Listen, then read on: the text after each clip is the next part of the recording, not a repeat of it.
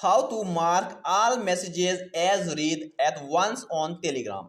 In this video, I will show you how you can mark all your Telegram messages as read in a single click.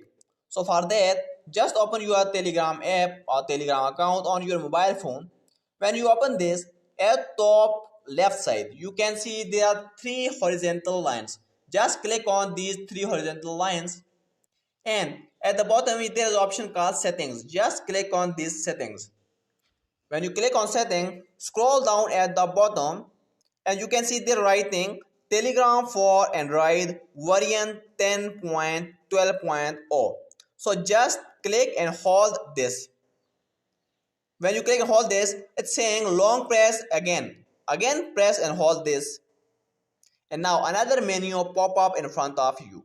Here you can see there is an option called mark all chats as read below call settings. So just click on this mark all chats as read. When you click on this, your all messages on Telegram, if it's above 1000 or less, it will be marked as read in a single click. So this is the easy and simple way you can mark all your Telegram messages as read for once.